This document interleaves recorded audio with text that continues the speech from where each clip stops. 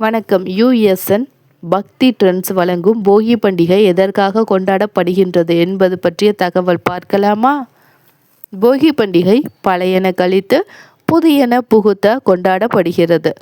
இது வீட்டின் தேவையற்ற பொருட்களை எரித்து மனதில் உள்ள தீய எண்ணங்களையும் நீக்கி புதிய தொடக்கத்திற்கான நம்பிக்கையுடன் புத்தாண்டை வரவேற்கும் விழா ஆகும். இது பொங்கல் திருவிழாவின் முதல் நாள்.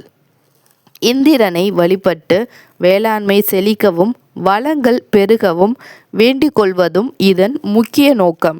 போகி பண்டிகையின் முக்கிய அம்சங்கள்: பழையன கழித்தல், வீட்டை சுத்தம் செய்து பயன்படுத்தாத பழைய பொருட்களை எரித்து எதிர்மறை எண்ணங்களை நீக்குதல். பழையன கழித்தல்.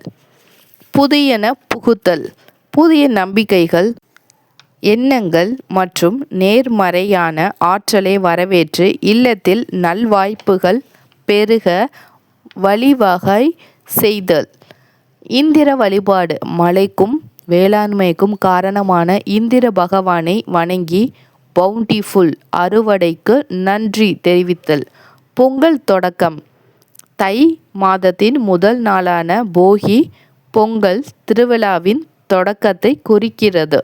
சுருக்கமாக, போகி பண்டிகை என்பது கடந்த காலத்தின் எதிர்மறைகளை நீக்கி எதிர்காலத்திற்கான நல்ல தொடக்கத்தை வரவேற்கவும்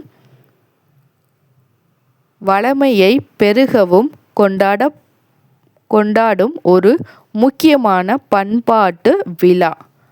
நன்றி.